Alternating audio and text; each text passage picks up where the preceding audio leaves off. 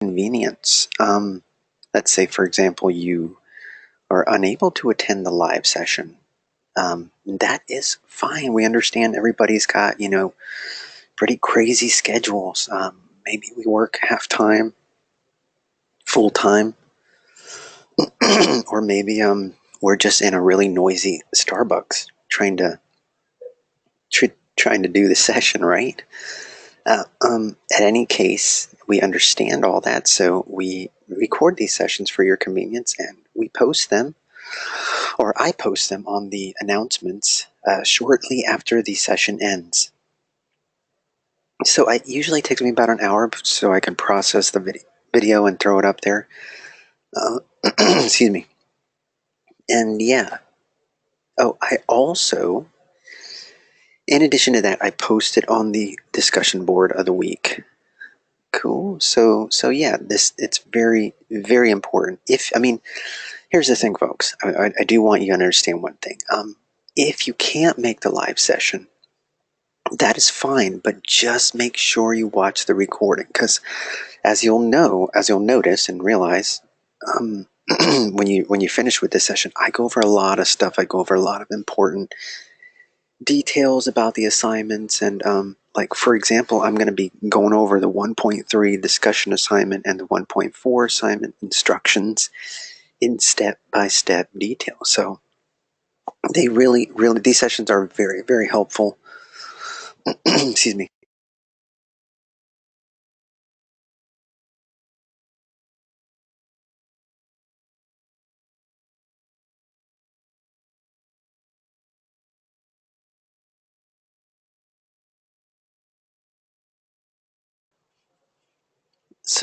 So just know that. Cool. And please spread the word too. Spread the word. Like, if you know that a classmate hasn't attended the session or watched the recording, let them know, because they are very, very. Don't take my word for it. Ask a previous student of the class. These sessions are very, very helpful. Alrighty.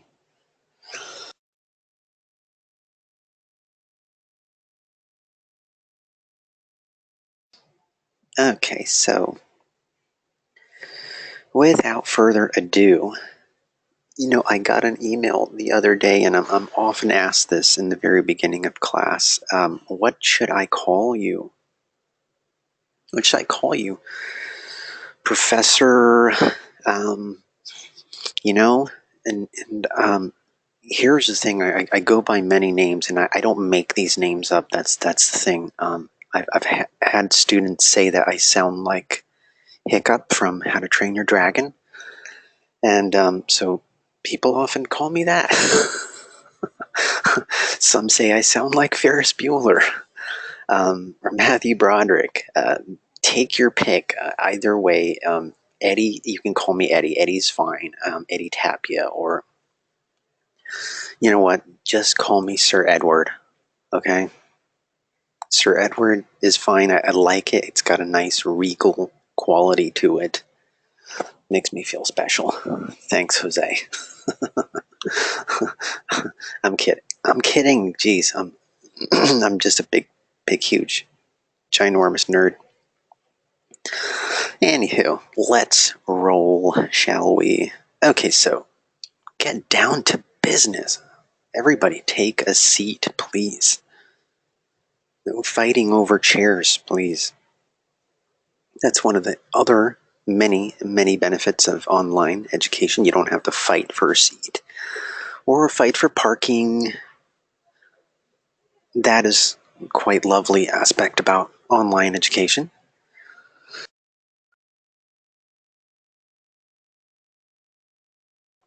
At any rate, let's get started with our first go-to training activity for creative presentation, shall we? All right. Okay, so I'm going to ask you a question, and you can answer it in the chat box. You guys are making great use of the chat box. I appreciate that. Alrighty. So, first question is, how many of you have a tattoo? How many of you have a tattoo? Wow. Oh my goodness. That's like almost the whole class. Holy moly, you guys.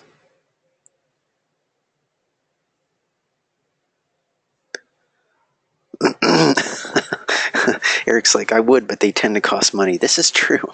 This is very true. They're not cheap. You know, I think Sarah's right. Sarah said we're the cool class. That is not. That does not. Well, actually, Christopher said I'm a giant nerd. My tattoo is a bat symbol. I actually have a bat symbol on the family car. We're big, huge, Dark Knight nerds. Our family, yes. I tell you what, this is just blowing my mind, folks. It's like everybody in the classroom has a tattoo. And those of you who don't have one, I'm going to have to give you an F. I'm sorry. No, I'm kidding. Good grief. I'm kidding.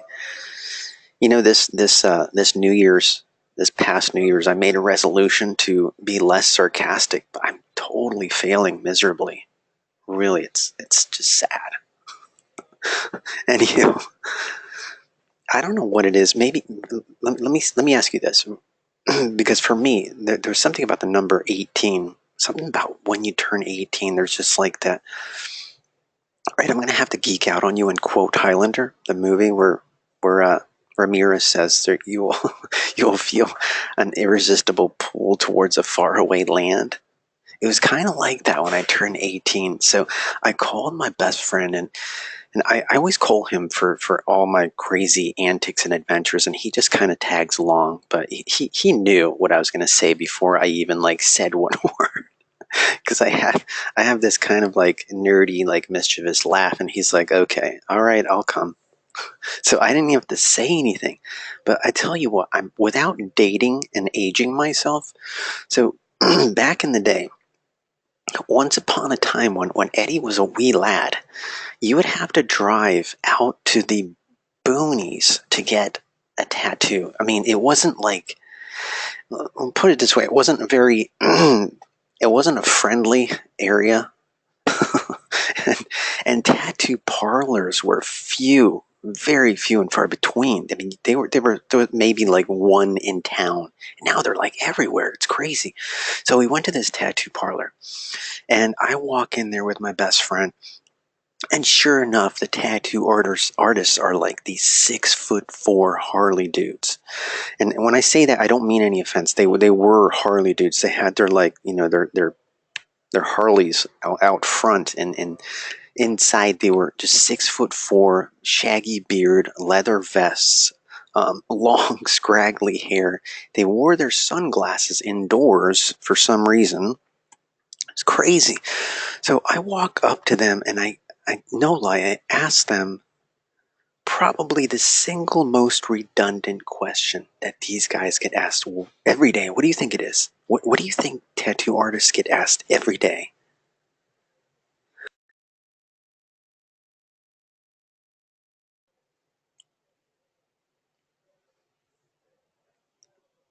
Who's going to get it? There you go, Sarah. Sarah nailed it.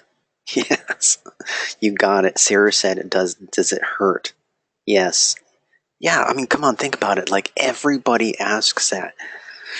There's two questions. They think about what should I get, which tend to roll their eyes. But so just imagine scrawny little Eddie walking up, and this guy's towering over me, and I'm like, does it hurt? And I'll never forget his response.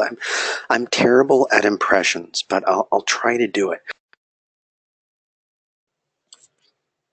So I'm like, does it hurt? And he looks at his buddy, and then he looks back at me, and he goes, just bear with me, folks. Like I said, I'm terrible at impressions. He goes, well, the coloring kind of feels like a cat scratch, and the outline feels like an eagle claw. And I'm like thinking to myself, I didn't have words. I had no words for that description, but I'm thinking, well, you know what? I have been scratched by a cat before, and it wasn't terrible. but I've never been scratched by an eagle. Something, it doesn't sound too bad. Okay, hook me up.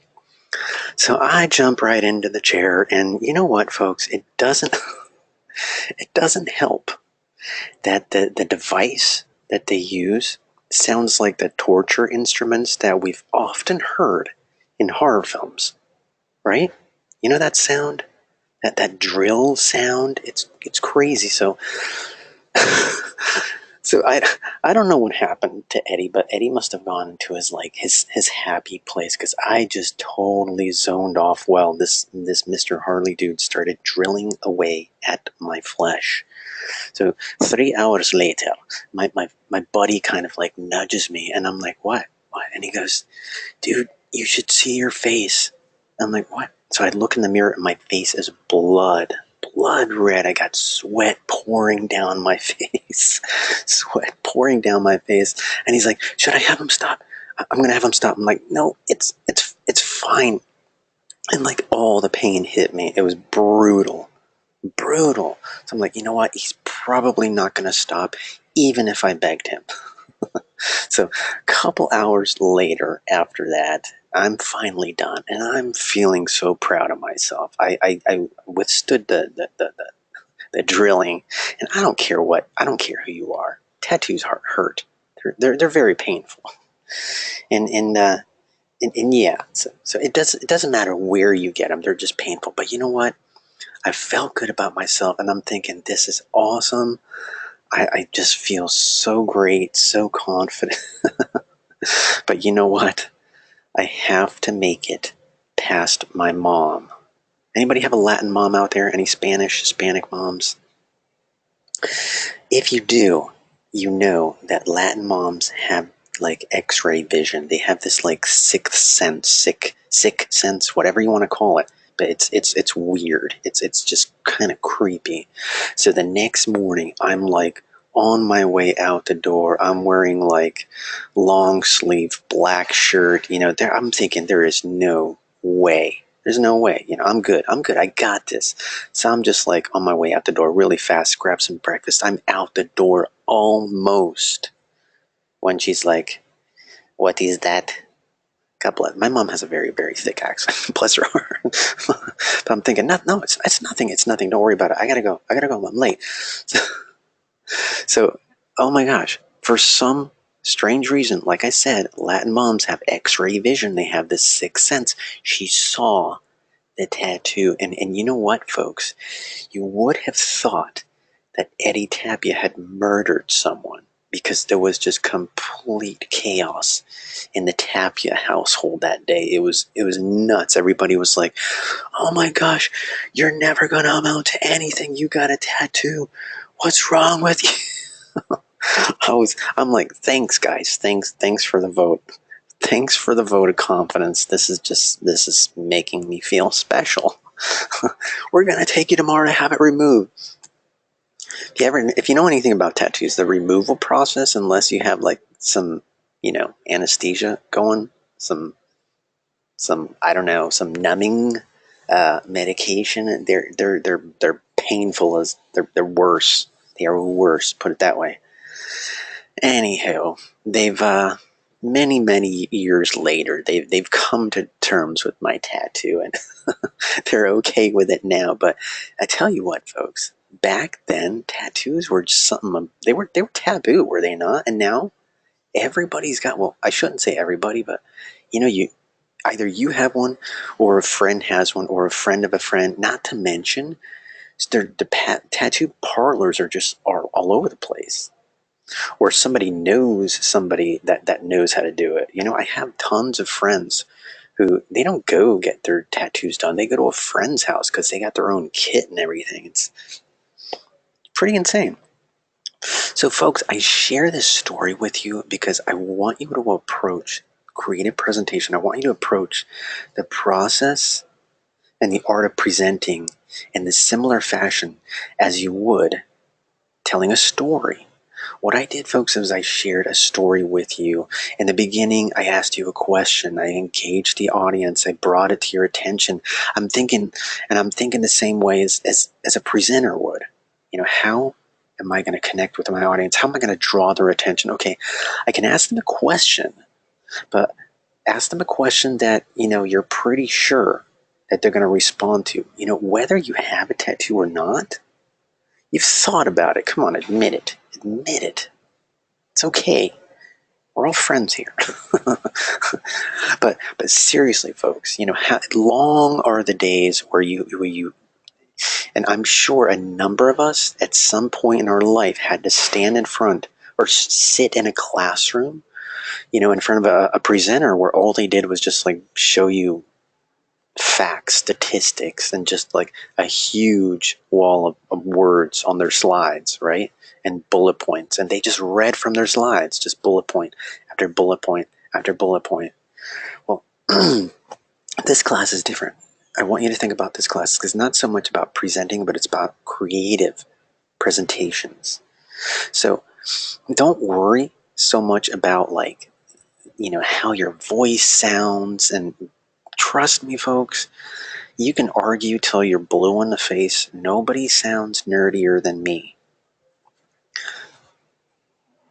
Just don't even argue there, okay? You will lose the battle. Nobody cares about what you sound like. So I want you to kind of just like shrug that off, especially in the entertainment industry. It could come to an advantage. It could be an edge that you have, especially if you have an accent. People will remember you. But what they'll remember you more for is your talent. What kind of video games you make, what kind of songs you make. They're not going to care about what your voice sounds like, or if you sound nasally like me. Trust me. Trust me. Anywho, think about it. Think about it. Creative presentations is about storytelling. Every story has a beginning, a middle, and an end. Our favorite stories, our favorite movies. Most often, our favorite movies, they start, it's kind of like a song. You got to hook your audience in a mere matter of seconds. How many seconds do you give a song? When you're first listening to a song, be honest. How many seconds do you give it before you were just like, click, next track? That's very... Somebody wrote 1 second. Sorry,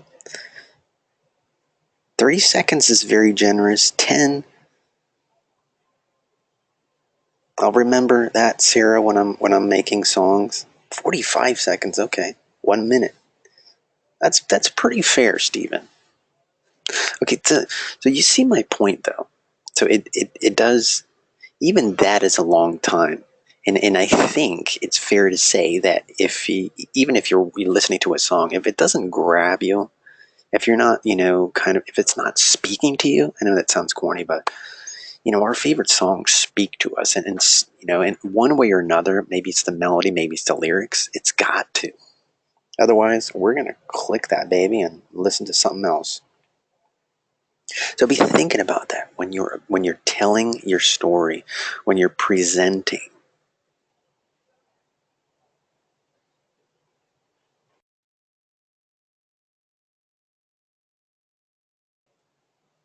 All right, sorry, folks. I had to cough my lungs out. I was bit by a walker the other day. Don't tell anyone. Sorry, a little confession I have to make. I'm a big, huge Walking Dead fanatic. Anywho, let's roll. So, folks, you are going to hear me say this and show you this word. These 2 words, sorry, all month long. And you might even hear it from your online student liaison. But every single month, at the end of the month, when I'm talking to the students and I'm asking them, what did you guys find the most challenging about this class? Nobody ever says, oh my gosh, that software program was so hard to learn. Oh, the technology was so difficult. No, they all say time management. Because one of the big challenges, one of the biggest hurdles is time management. Now, online education, like I said earlier, it's got it's got hundreds of benefits and advantages to it. There's so many. There's too many to list out, but I'll tell you what, the deadlines will creep up on you. They'll creep up on you if you don't stay on top of things. And in this program at Full Sail is an accelerated program, and every class that you take here is 4 weeks long. Folks, those weeks are going to fly by. They are going to fly by. It may not feel like it at first, but they will, trust me. So whatever you got to do, whether you got to like go post-it note happy, whether you plug everything into your smartphone or, tattoo reminders all over your body, like, was that movie? Memento? Great film. Great. Sorry. I digress. Anywho, time management. Get it down. It's a beast. But seriously, you got to get it down because, I've told my coworkers this and they tend to agree, but your first month at Full Sail will probably be, in many ways, your most challenging class, your most challenging month, simply because you're starting your new school. You're starting on this online program with a lot of people aren't terribly comfortable doing that, but let alone you got assignments due every week. You got assigned reading. You got to complete these projects. You're dealing with financial aid and this and that. You know what? That's not all. Throw into that mix your already crazy lives. I don't mean crazy life, but okay, busy lives. Like I said earlier, we got families, we got part-time jobs, full-time jobs. And a lot of part-time jobs feel like full-time jobs. Let's be honest. You know what I mean? But anywho, so you're not going to hear a lot of this in different colleges, but I think it's only fair that I impart some survival tips with you, some things that are really going to help you succeed. So here are a few survival tips, and feel free to screenshot this. And if you don't have time to jot everything down, don't worry, because you know what? This is all being recorded, so just check out the recording a little bit later, and you'll be in good shape. All right, so grades. Let's talk about grades, shall we? So like I said earlier, yeah, this is an accelerated program, and each class is 4 weeks long. You do have assigned reading each week. You got videos to watch. You got project assignments to complete. So you know what? It's not what you're used to. It's not, what you're used to in a typical college where you got an entire semester to spread things out, or even in high school. You might be used to like getting a certain grade, but this is different, and I want you guys to be prepared for that. And also you might see in the instructions, it might say something like, I'm just going to give you a random example. It might say include at least 2 reply posts.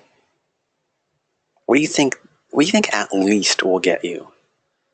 Does at least mean you're going above and beyond? What do you think? Exactly, Chris. That's pretty reasonable. Christopher, sorry. And yeah, Aaron, I tend to agree with that. It's kind of the bare minimum. So just keep that in mind. Um, I mean, always be thinking above and beyond. Always be thinking like, what's going to give me an edge? Or what will give me a sneaky little edge? So when you see that word at least, if it says include at least this, be thinking, all right, I want to include at least, but I want to do more than that. So just keep that in mind.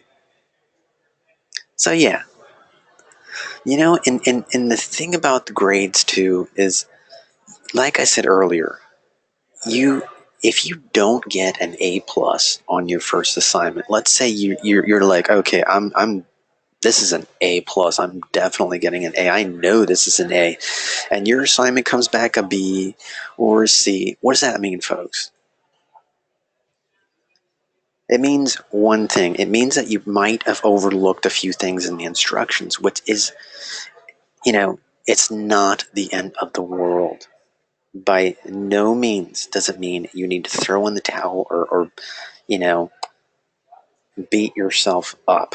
Please, please, this is not an easy program. This is not an easy class. So just keep that in mind.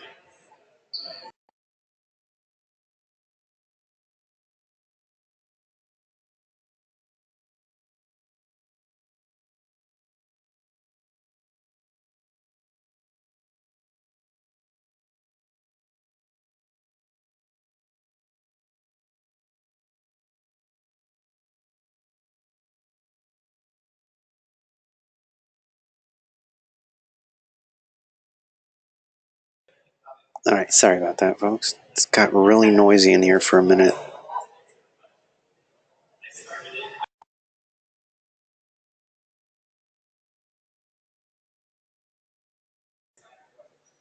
All right, so moving right along. Did I scare everybody?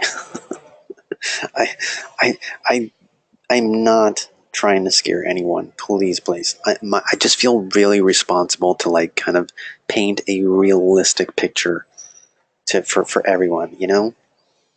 So please don't be scared. It's more like just kind of preparation. It's more like okay, here's what you're going to encounter. You will encounter some very very challenging moments. You will encounter some what I like to call scream into pillow moments. You guys ever have that? Or throw cell phone across the room moments. Not that I do that. I don't ever throw my cell phone across the room. But in case I did, yeah, Christopher, better to be prepared than blindsided. Exactly. I told him to write that. So that's why it sounds so good. Eric, that is true. Eric brought up a good point. Said cell phones are too expensive to do that anymore. That is why, Eric, I have a very good protective case on mine. I go through 2 cases a month. Drives my wife crazy, but anyway. Anywho, who completed their online orientation? Hopefully everybody. Please say yes. The reason why I say that is because I don't want anybody to miss anything. And in online orientation, they usually kind of explain the platform, okay, here's what this area of the platform does. Here's what this part of the platform does, and so on and so forth. You guessed it, Christopher. I am an OtterBox man. Anywho, and yes, please start your assignments first thing in the week. You do not want the stress of trying to get it done on a Sunday. A lot of good shows, they happen on Sunday. So you want to free up your Sundays. Or have Sunday for family time, but for real, it's crazy. If you try to even Saturday, there's just way too much to digest. And if you start it at the beginning of the week, folks, and something goes wrong or you have a question, that's the best time to reach out. Not Sunday, not Saturday, because if you email me at 2 a.m., 3 a.m., I have to tell you, I might be asleep. I'm sorry, folks. I am sorry, but sometimes I sleep. I know. I'm terrible. Anyhow, so yeah, review the instructions. It sounds like a no-brainer. You're like, of course I'm going to review the instructions, Eddie. What do you think I am? And allow yourself a good full week to work on the assignments. Now, if you haven't noticed this already, when you look at your assignments on the platform, each assignment is weighted differently. Some might be worth 5% of your grade. Some might be worth 10 or 15 or 20. Now, the reason I bring this up is, okay, so let's say, for example, one week you're just having a bad week, right? You're really tough week, really busy week, or maybe you're just kind of drained or something, and you're thinking, you know what? To heck with Eddie, I'm not doing his dumb assignments, and you don't do it. And then you realize that that assignment was worth 20% of your grade.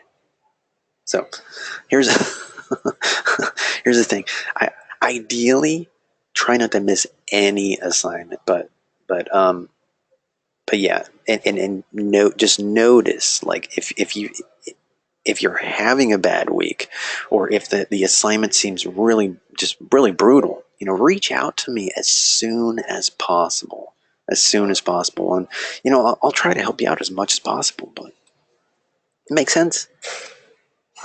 So yeah, like I said, ideally try not to miss any, but especially the ones that are heavily weighted. All right. And of course, don't miss these go-to training sessions.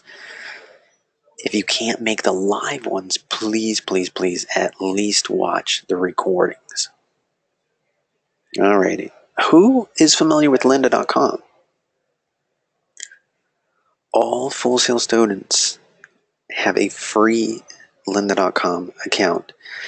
Now, the way to use it for free is you have to first go to FS Connect. You guys should be familiar with that page.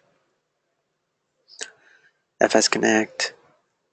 So once you're in FS Connect, go to the library, go to the Full Sail library, click on the library, and once you're in the library, if you scroll down a bit, you'll see lynda.com. Now, lynda.com it's kind of like, the only way I can describe it is that it's a gold mine of high quality video tutorials on basically any topic, any software, hardware program you can imagine. If you're in music production and you want to watch some tutorials on Logic or Pro Tools, or tutorials on mixing and mastering, they have those. They have tutorials on that. Same thing with InDesign or Photoshop or Final Draft, Final Cut Pro. There's just a ton of tutorials. In addition to that, they also have tutorials on presentation programs. Like, for example, if in this class, for example, you're going to need to, not for this week, but for next week and the week beyond, you'll need to be using a presentation program such as Adobe Spark or PowerPoint or Keynote or Prezi. And guess what? lynda.com has tutorials on all of those programs. So if you're a little rusty, that is an excellent place to kind of brush up, because and the other awesome thing about video tutorials is you can pause them, you can rewind, you can fast forward. So that's pretty cool. That's pretty cool, right? Not to mention, there's the old thing called YouTube, right? YouTube's, we know all about YouTube, right? And for the most part, they have just a ton of, pretty good tutorials. Yeah, they got their share of garbage as well, but if you just sift through the garbage and find the good ones, then you're good.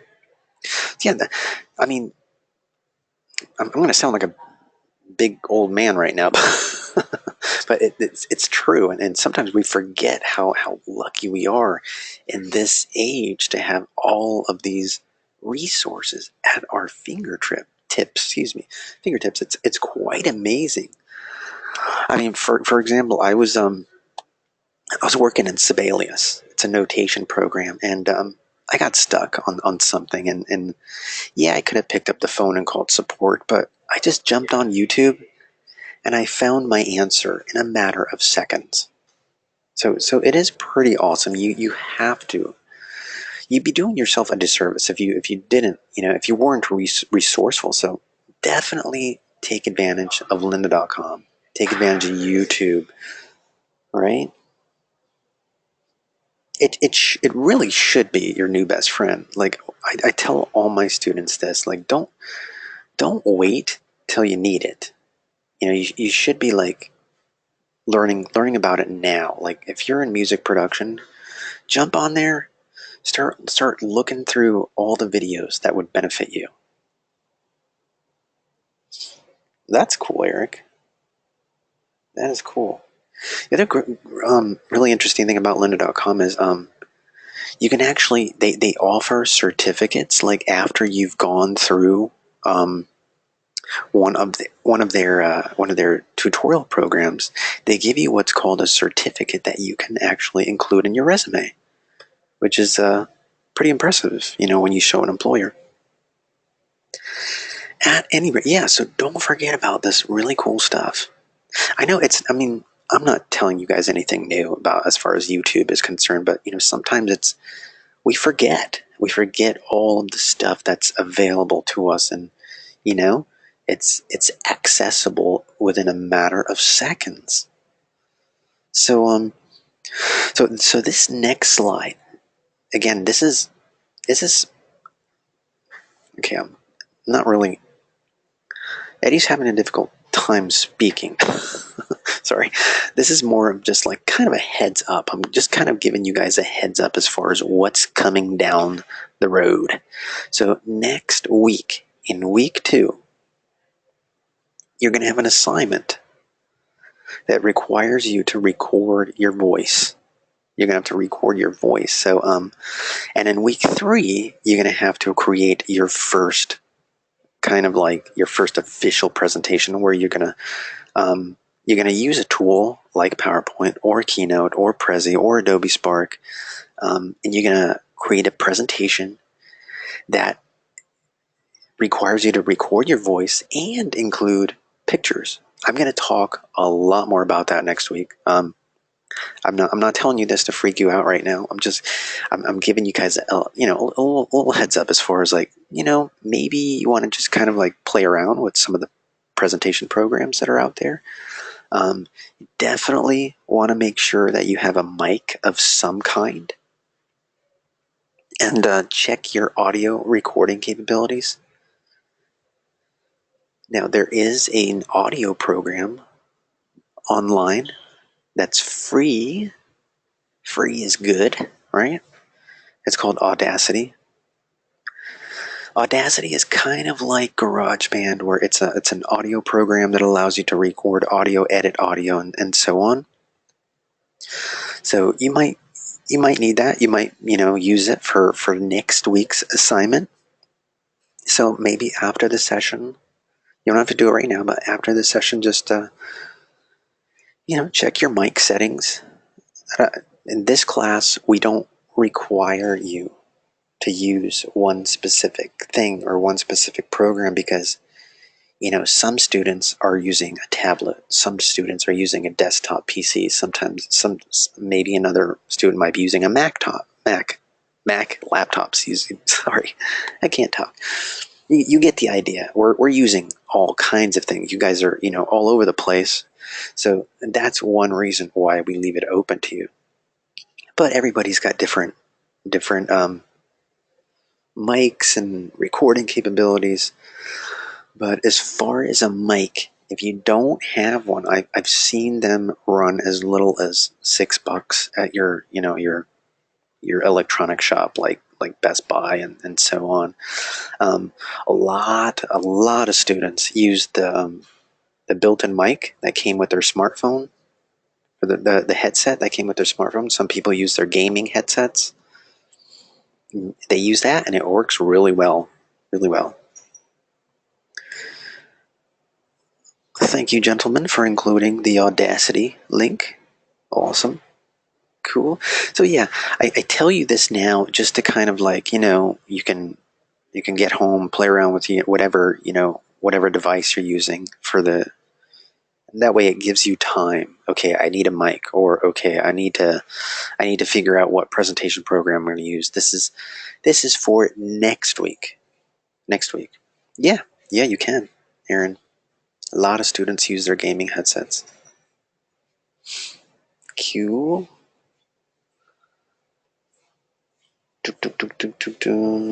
Oh, that's a very good point, Aaron. You don't have to go out and spend, big bucks on a mic or a headset. A lot of students, like I said, some students use their earbuds, and it works totally fine. Sometimes to get a good recording, all it takes is just simple things: mic placement, recording environment. Where are you recording? Are you recording underneath a noisy fan? Are you recording outside next to the AC unit? Are you recording in a cafeteria? That probably won't go well. but little things like that will really help you get a decent recording. Again, this is just a little friendly reminder as far as what's coming down the road for next week. Cool. All right. And just a little bit more about the week 3 assignment. You're not even going to be recording yourself. You're not going to be recording yourself. In fact, you're not going to be recording anything live in this class. Yeah, you can let out a sigh of relief. Go ahead. You're like, thank goodness I don't have to stand in front of 100 people that are going to judge me and throw stuff at me. The cool thing about these presentations is you can edit your recording. So let's say, for example, if you're doing a narrative and you're recording your narration, and your dog named Cujo decides to bark at the mailman at that particular moment, guess what? You can edit that out. So that's pretty cool. Pretty cool stuff. Anywho, who has set up their Office 365 accounts? Oh, good. Good. I will say this: if you have any trouble setting it up, and let's say you get a weird message or something, it's not letting you, call the number at the bottom of the screen. FSO Tech Support. Anytime you are dealing with some kind of tech issue, this is the number you'll want to call: 855-374-3572. All right, folks, that is the number you want to call. Again, if you wait till Sunday, that never goes well. So try to, again, any assignment, and this is not just for creative presentation. I'm not just saying this for your first month class. I'm saying these are good habits for all of your classes at Full Sail. So yeah. So Office 365, the reason I mention that is it's free to you guys, to Full Sail students. It's free, and it also has Microsoft Word, it's got PowerPoint, it's got Excel. So if you didn't have Microsoft Word before this class, now you do. If you didn't have PowerPoint, now you do. So that's pretty neat, right? And lynda.com has tutorials on both of those programs. Yeah, it is pretty awesome. So fire that up if you haven't done so already. Adobe Spark. Anybody use Adobe Spark? A lot of students have used this program in this class. It's a presentation program, so let's say, for example, it'll be good for next week's assignment. And guess what? It is free. It's a free online program. Great presentation tool.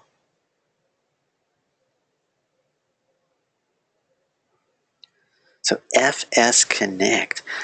I say this to you folks because FS Connect, it should be kind of like your go-to page every day. Every day you should you should be checking two sites. You should be checking the FS Connect page, because FS Connect keeps you kind of like aware of what's going on campus. Like, because a lot of people think, oh man, I'm not on campus. They have all these cool events. They have all these cool industry panels.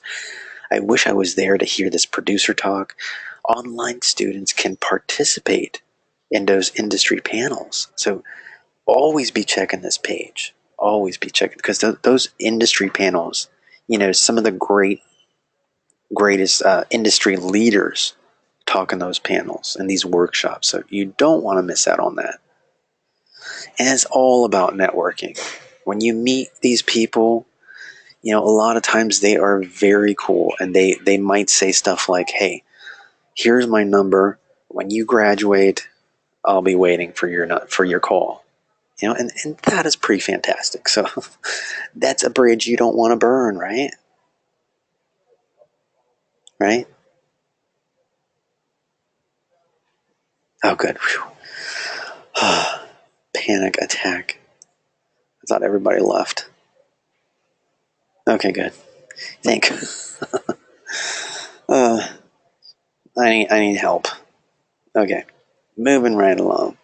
So for this class, for your first month class, there are a couple of must-haves, and you like. I mean, first and foremost, and you, I'm sure you got this conversation when you were enrolling. You really should have your own Wi-Fi. Worst case scenario. Um, there are places around town where they have free Wi-Fi, like Barnes and Noble, McDonald's, Burger King. Um, there's Starbucks, of course, Barney's. What's another one, folks? What's that bagel place? Why can't I remember that bagel place? Einstein's, thank you. But I say that because I've I've had to dash over to Burger King because it was the closest place to me, and I knew they had Wi-Fi at one point when I had to upload a demo reel to a client. So you want to take advantage of that. You definitely want to take advantage of that, right? So devices, computer, and laptops. Now, like I said earlier, folks, now we're kind of using all kinds of different things in our first month program. Some people might be on a tablet. Some people might be on a laptop, PC, desktop, Mac, whatever. Um, but for this class, just keep in mind you don't need a really expensive, really high-end computer to complete these assignments. For real, students have completed them using their phones or some things are a little bit more challenging. Like the reading might be a little bit more challenging to do on a phone, but a lot of people use tablets and so on. But so just remember them. Remember this. You don't need for this class at least. If you're in music production or in gaming and you start working on more heavy duty software programs, that's when your MacBook Pro will come in handy. All right. But you definitely need something. And if this is why you want to start your assignments early. So let's say whatever you're using doesn't seem to be working, jump on the phone to tech support and say, look, here's what I'm using. But I seem to be having trouble doing this. They should be able to troubleshoot with you and figure it out. So I wouldn't recommend just randomly taking your device to get repaired. You know what I mean? Like some people assume the second something wrong happens to their device, they're like, okay, I gotta take it into Best Buy to the Geek Squad, and then what happens, folks? They're without their device for the next 2 weeks, right? So you don't want to do that because it might be something that tech support can walk you through. So that's my advice as far as that goes. All right. So yeah, like I said earlier, these assignments, they are very involved. They do require significant amount of time, but there's not some major downloading of any kind. You're not downloading a major, huge, chunks of software.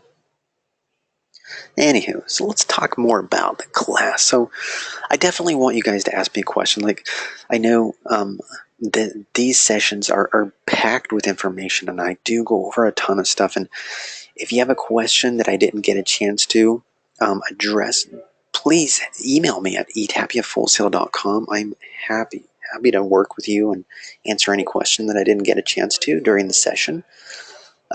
We are here for you guys. We're here to help. So don't forget that. Now, in this class, you are going to be using all kinds of pictures for your presentation, even for the 1.4 assignment, which, well, I will be reviewing shortly. You're going to need pictures for that. So now you can use images that you find on the Google, or you can use copyright-free images. There's a lot of places that you can go for that. Here are just a couple. Creative Commons, archive.org, Comfite. These are just a couple. Like even if you go into Google and you type in where can I find copyright-free images, you'll get a ton of other sites. But the main thing I want you to remember is whatever image you use, always keep track of where you found it. The original link, kind of like keep track of it and include all of those links at the very, very bottom of your assignment or on the last page of your assignment. Make sense? Cool. I don't require in Creative Presentation. You're not required to format that in like APA or MLA formatting. All we require is that you at least include the original link where you found the image. So that's why I said keep track of it. And you always when you borrow something, you always want to give credit where credit's due. Cool. Dun, dun, dun. You know what I need here, folks? I need a sample of the shower scene music in Psycho, Alfred Hitchcock Psycho. Anybody? that music that you know. Come on, you know the music that. Yeah, I need that music. It's because this terrifies people. The college level writing standards. I know. I'm silly. I say this simply because I want you to get in the habit of just proofreading your work, especially with your assignments. Anything that's graded, you want to proofread it. So when you're posting something on the discussion board, guess what? These discussion boards are graded. So you want to make sure you proofread it. Now, in this chat box right here, it's okay. It's okay if you don't capitalize the word, if you don't put a period, or if you include a fragment. That is fine. That is fine as long as I can understand what you're saying. But in the graded discussions, please avoid avoid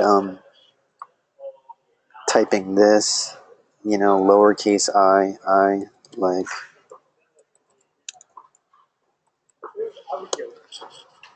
you know, exactly. Lowercase i's. In other words, in your graded assignments, avoid text speech. Avoid using little text shorthand and stuff like that, because it's graded. And I do ask on the discussion boards,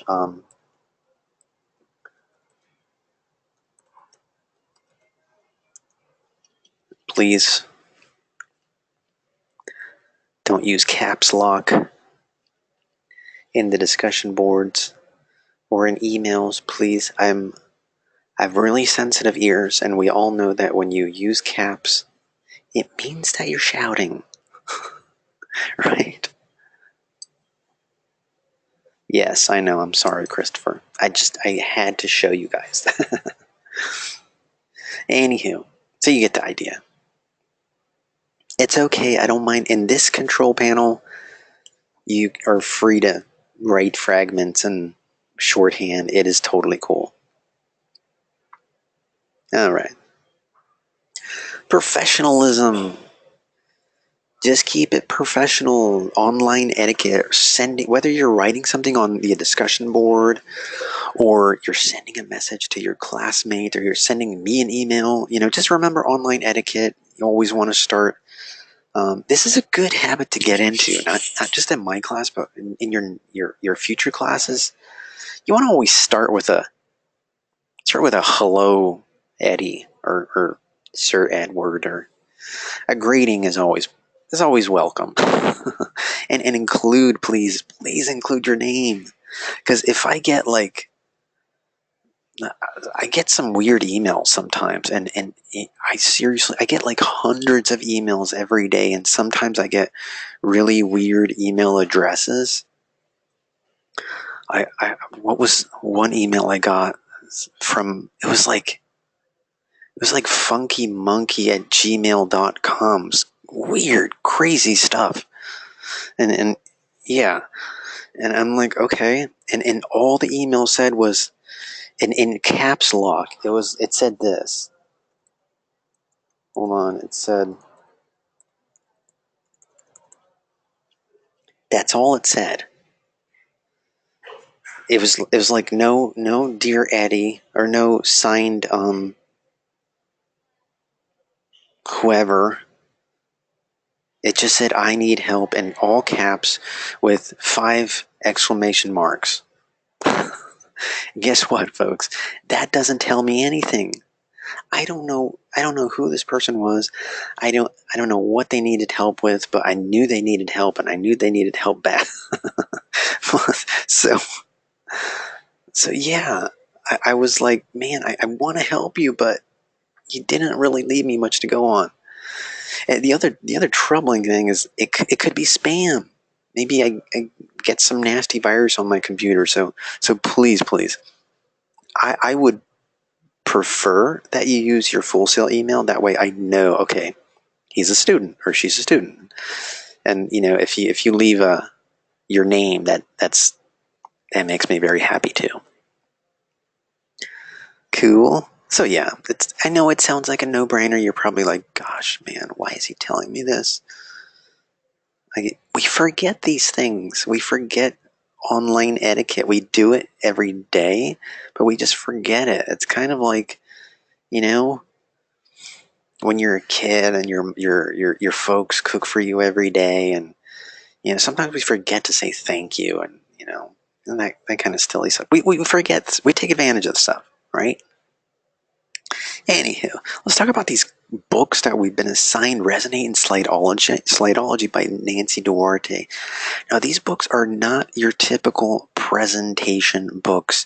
The cool thing about this is that Nancy Duarte approaches the whole art of presenting in a very, very different manner. She approaches it from a storytelling standpoint.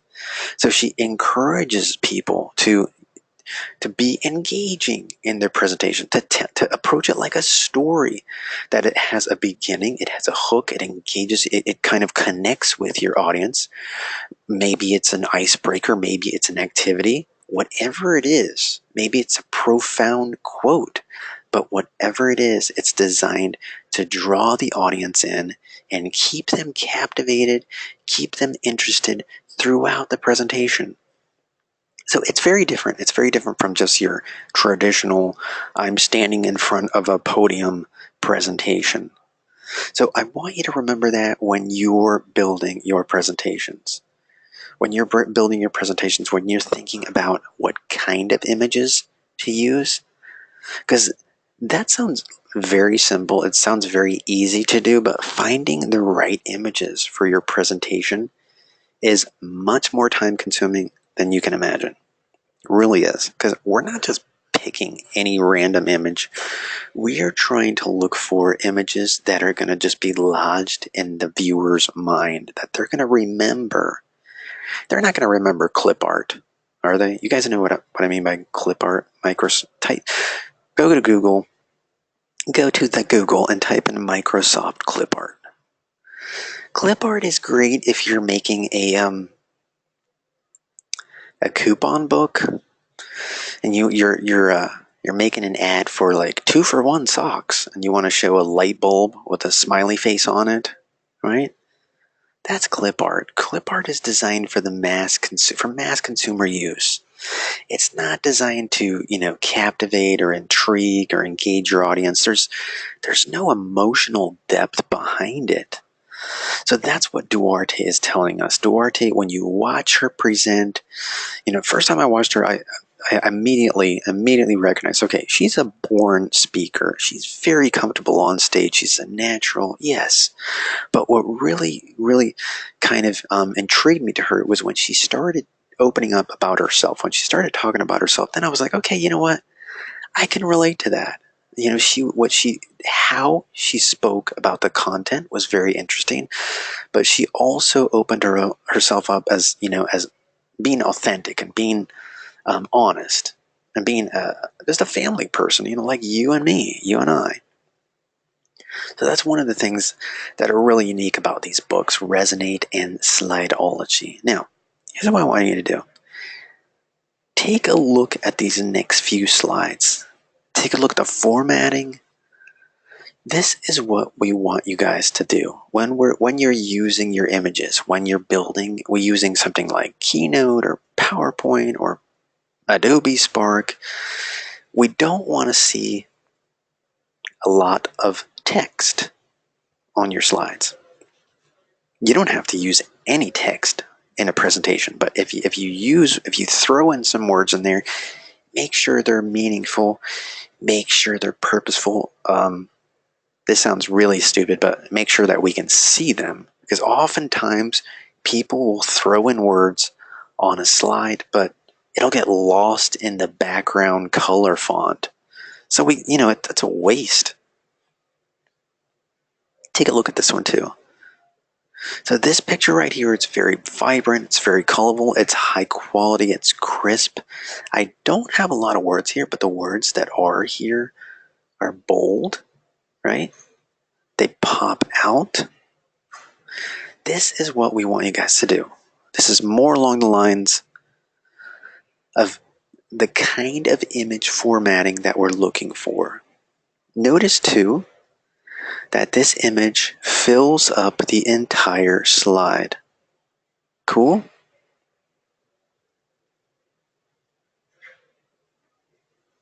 Cool. All right.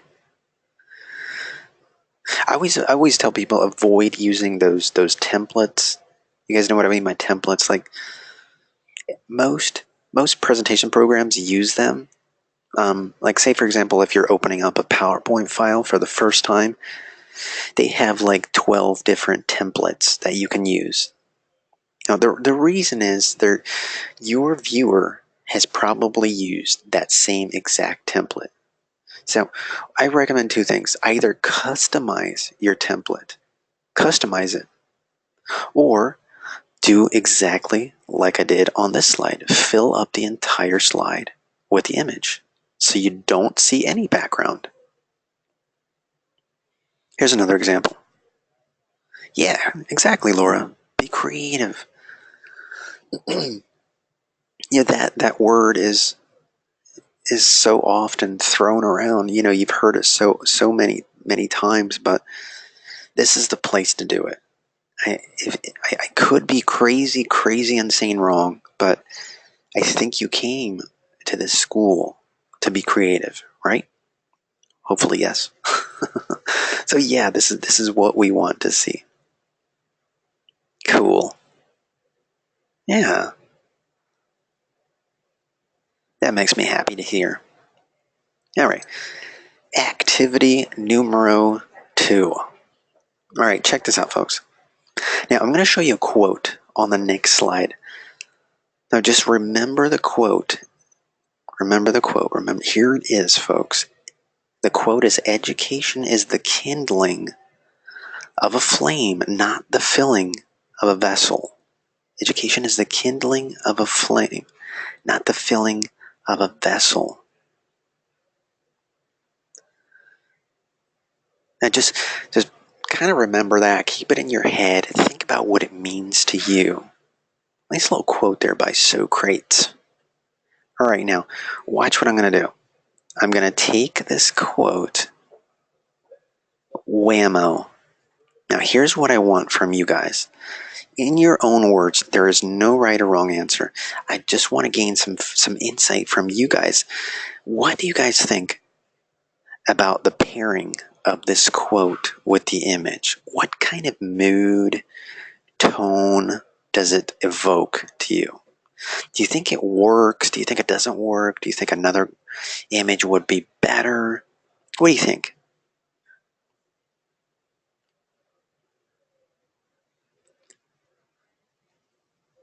Is it Miecha? Did I pronounce that right? I hate mispronouncing names. I'm so sorry if I did. Is that correct? Micha? Mi Miesha? Miesha? I'm sorry. I, I hate when I butcher names. But don't feel bad, because people butcher my name all the time. I get people saying tapioca. I see people say tilapia. No lie. Anyway, I do apologize if I mispronounce anybody's name.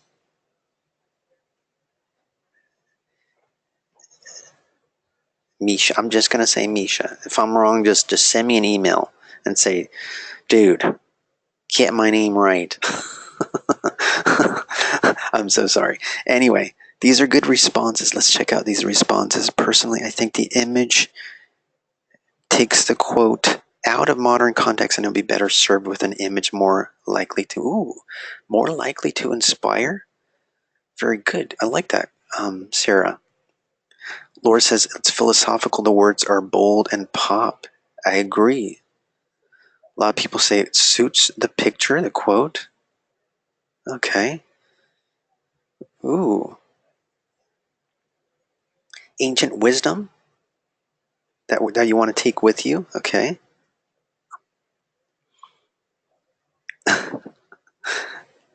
Okay, so I think I got like a mixed bag here as far as like, some people think it works, some people it doesn't, but both of these responses are spot on. Very, you guys did exactly what I requested. This is what I wanted. Okay, watch this. Remember the quote, okay, folks? Remember the quote. What do you think now? It's the same exact quote. Completely different image in the back.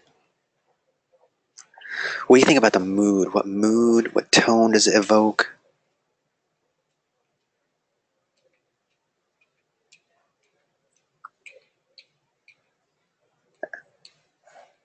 Oh, yes. I like that word, determination.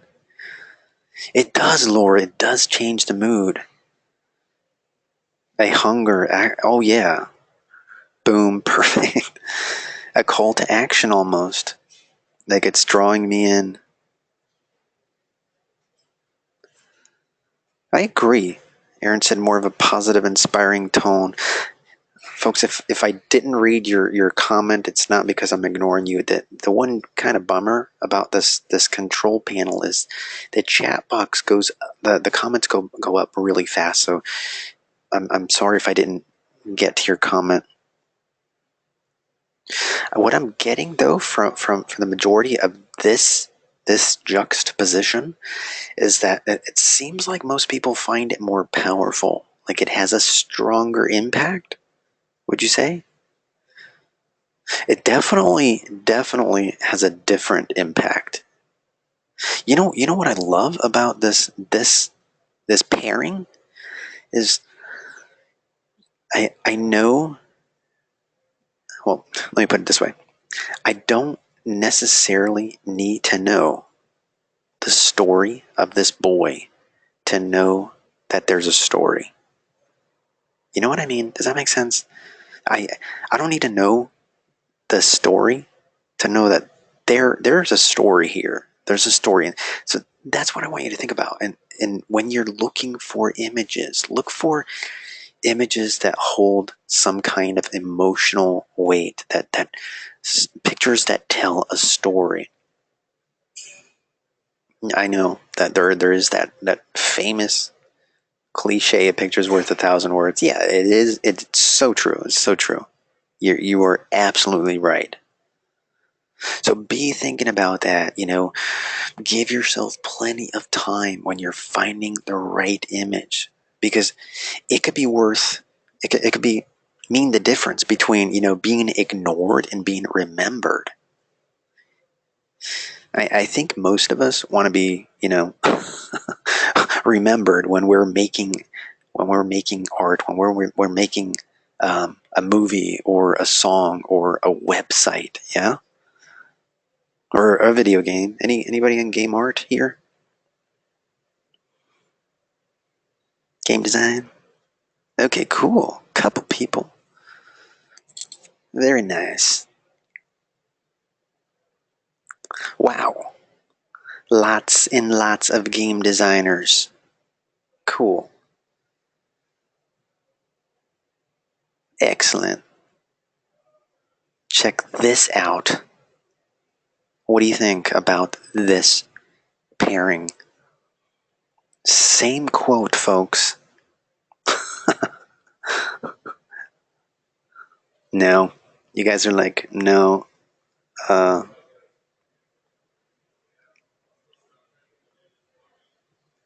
you guys know what this is from, yes? It's okay if you don't. Yeah. Bill and Ted.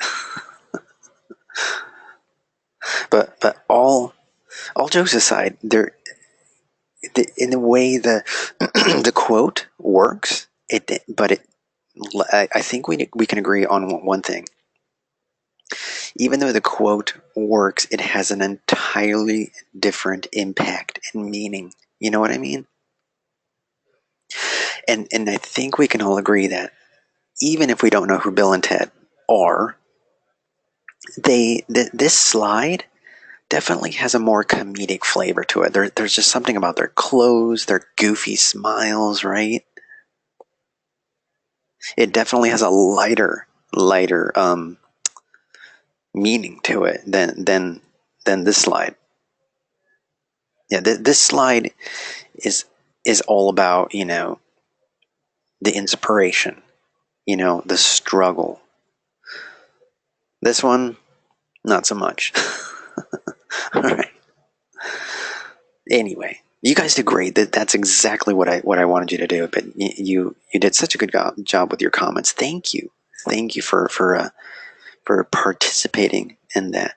But the whole point is with the introductory virtual session, with this first session, is to talk about some of the elements that are needed in effective presentations. Like most great songs, great symphonies, great books and movies, we have our beginning, we have our middle, and we have our end. And each part needs to be just as powerful as the next, right? Otherwise they're going to fast forward. We never want our audience to fast forward or tune us out, right? So keep that in mind, folks. Let's see here. Okay. Let me fire open the 1.4. Sorry about that, folks. I had to. Yes. Uh, I confess I'm a big Naruto nerd. Let me get rid of this.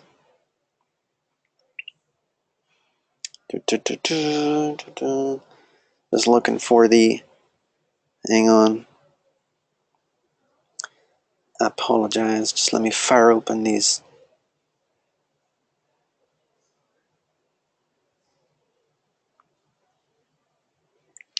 I'm so glad you guys approve of this. I'll let you in on a little secret.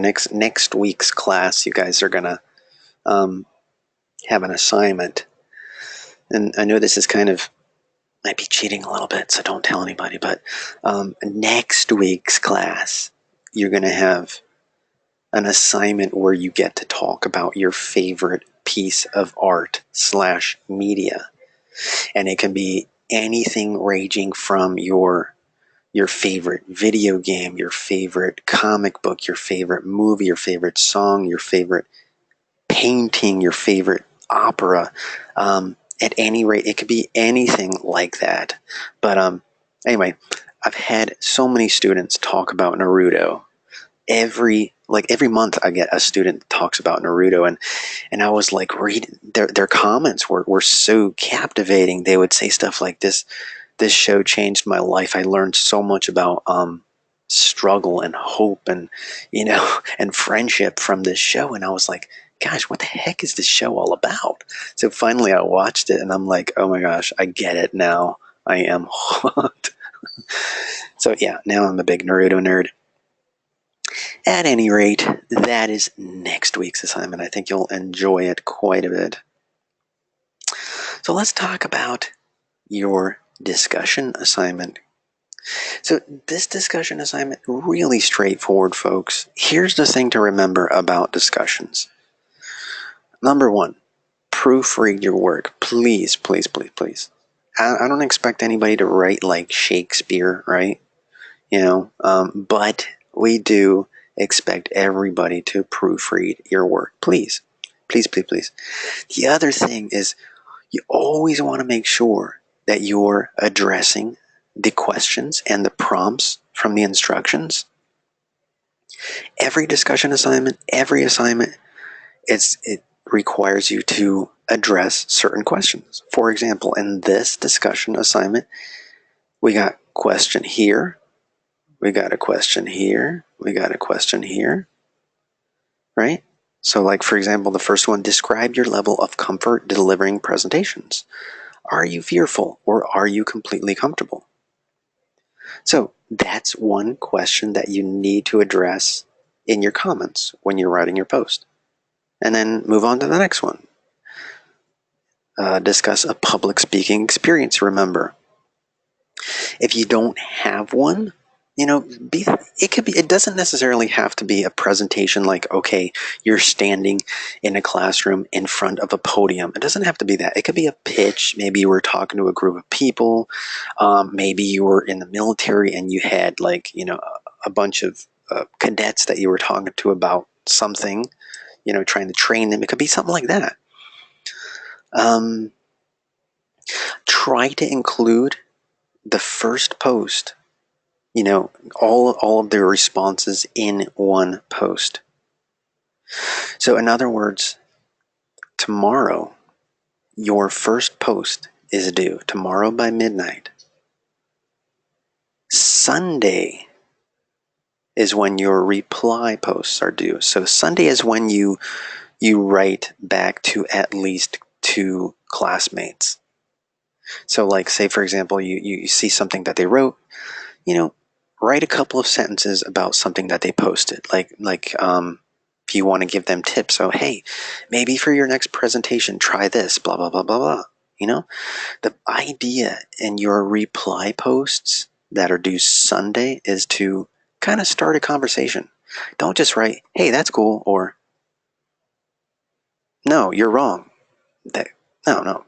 Have at least a couple of sentences in your reply posts. Now, for your first posts, your initial posts that are due Wednesday, you want to make sure you're answering all the questions here. Cool? And even if you can't answer the first question, like say for example, you honest to goodness, you never had a presentation, you should still tell me, what do you think about the idea of presenting? How do you think you would do? What are some conditions that you would prefer to present under? You know what I'm saying? Don't just leave it blank. Give me something, right? So yeah, just answer each question in as much detail as possible. I always like to say, 2 paragraphs usually cuts it for the first post. 2 paragraphs. But again, the main thing you want to do is you want to make sure you're addressing each and every question. Cool? It's that easy. The discussion assignments are really straightforward. So let me jump right into the professional presentation analysis. Okay, so the first step is that you are going to go to this website right here, tedtalks.com. tedtalks.com. You're going to find 3 different presentations. It could be about anything at all. If you're in music production, type in the search field on the TED Talks website, type in music, and you will get a ton of TED Talks on music. If you're into video games, if you're in game design, same thing, type in video games and you will see quite a lot of presentations on video games.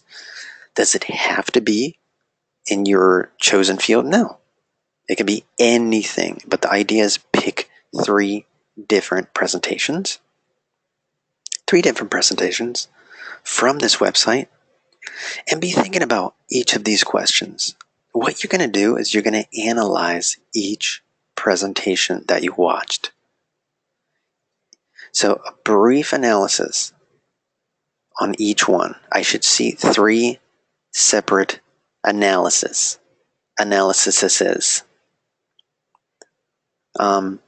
What is it about? What did you think about it? Did you like it? Did you not like it? A paragraph on each one. And the last thing that you do at the very bottom of your assignment, include a list of 10 qualities. So let me explain it this way.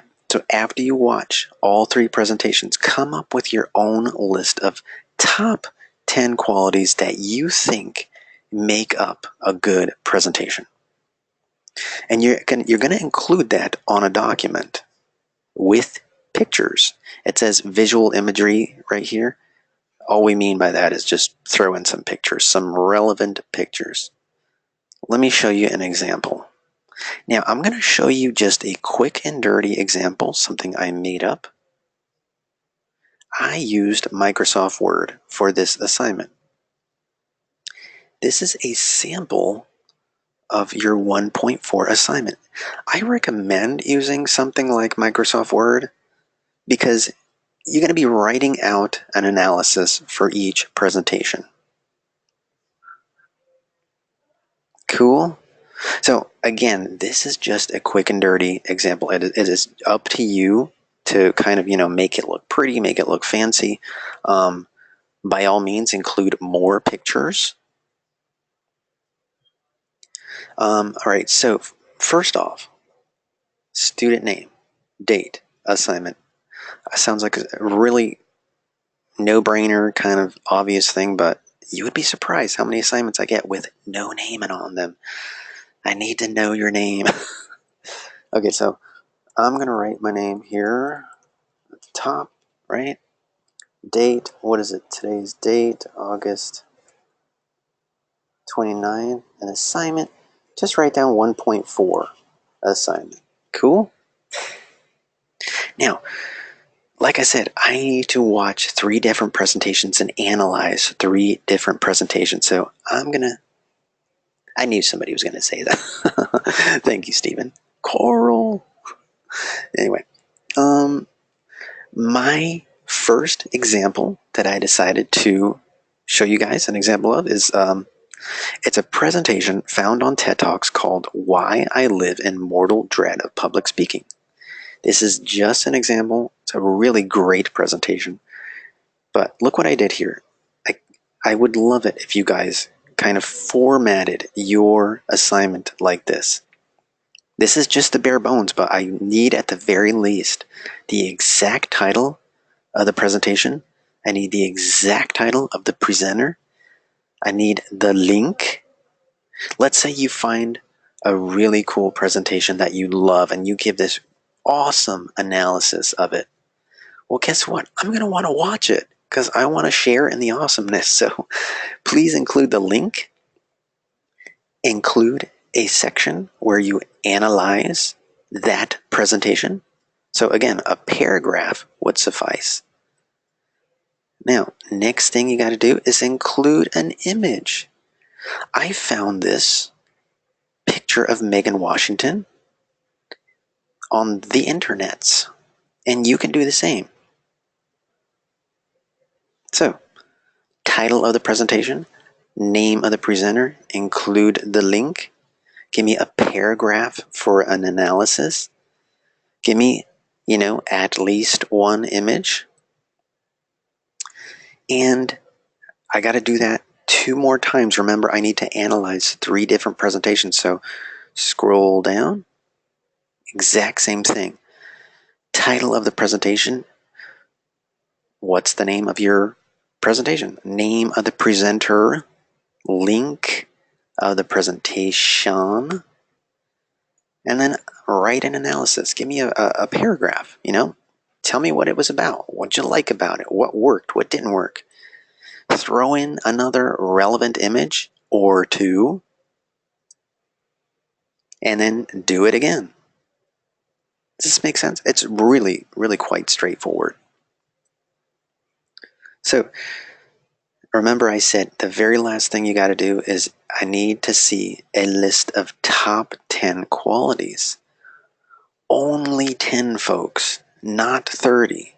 So after you've watched all 3 presentations, jot down what you think are the 10 most essential qualities that make for a good presentation. So these are just examples. Don't copy these. These are mine. No, but for example, the one thing that I think is really important is a sense of humor. I think that's important. I don't necessarily mean like telling jokes, because sometimes your jokes can bomb.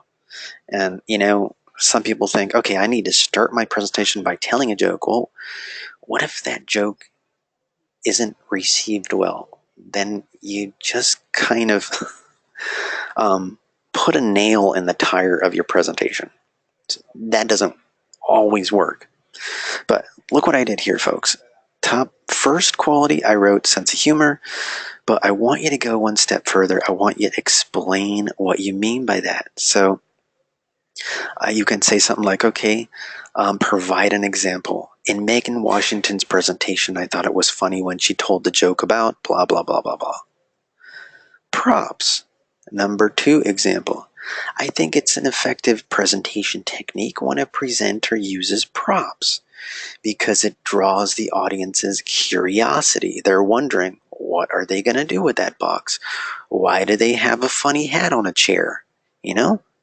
Explain in detail. So in other words, don't just write humor, don't just write props, don't just write passion. Give me an example. Provide an example where you saw that quality in action. And then do the same thing 4, 5, 6, 7, 8, 9, 10. Yeah, Laura, exactly. Because you could say passion, but if you give me an example of passion, that works so much better. All right, so how many qualities do I need to include for my assignment? I'm going to quiz you guys. How many exactly? Yes. Not 30. I only need 10. How many presentations do I need to analyze? Yes, yes, yes, yes. And like I said, what I showed you here, folks, this is just a quick and dirty example. I hate to say that. It's not. I shouldn't say dirty. This is a bare bones. It's up to you to make it, to throw in some more images to make it look nicer. But at the very least, I do need to see the exact title of the presentation, the exact title of the presenter. I need to see a link. I do need to see an analysis for each presentation. I do need to see images and a list of top 10 qualities. Cool. And that's your 1.4 assignment, folks.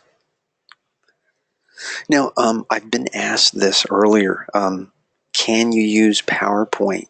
You can, but since this is more of an analysis assignment, I think something like Microsoft Word would work better. Or if you hate Microsoft Word, you can use something like Google Docs or Pages. Anybody use Google Docs, Google Drive? It's Google Docs is it kind of it's a free writing editing program. Hey, if you can make it look good, I'm happy. I am happy. Cool. Yes, exactly, Brandon. This assignment is due Sunday by midnight Eastern time. So and when is my first post for my discussion assignment due? Can somebody please tell me? Yes. Yes, and more yes. When are my reply posts due? Yes. You guys are on it. Well, cool. Wow. Oh my gosh. I just looked at the time. I'm so sorry, folks. I went over. I know I went over, but I really wanted to show you guys this example so you had a better idea of what to do. Does everybody feel pretty good about the assignment as far as what to do and stuff? Everybody feeling good about it? Oh, good, good, good. Thank you. That makes me happy. Okay, folks. All right. Folks, thank you so much for your patience. You have been awesome. I am really looking forward to working with you this month. A quick little kind of reminder. When you're uploading this, try to get everything in one file. Like, for example, try not to upload 3 different Microsoft Word documents. Try to keep it in one Microsoft Word file. Because you don't want, if you just start doing that stuff, you might end up losing things because you're in this online program, and you guys know if you work on a computer, it's actually pretty easy to lose files if you're not like really careful. It's happened. So try to keep everything in one file, righty? And yeah, it probably wouldn't be a bad idea to just start experimenting with presentation programs for next week's assignment, like whether it's PowerPoint or Adobe Spark or all that kind of jazz. Now, I am going to post this recording in about an hour. Usually, I have the pleasure of playing back the program, the recording, and I get to listen to my nerdy sounding voice all over again just to make sure everything's good. So anyway, I'm going to stop yapping. I apologize. But again, thank you so much for your participation, and thanks for coming to the session. Thanks, Laura. You know what? I just embraced it. It used to be kind of a curse, but I'm just like, all right, fine. Okay, I guess I do. All right, folks, if you have any questions, please email me at etapia@fullsail.com. Happy to help. All right, folks, get started. Take care.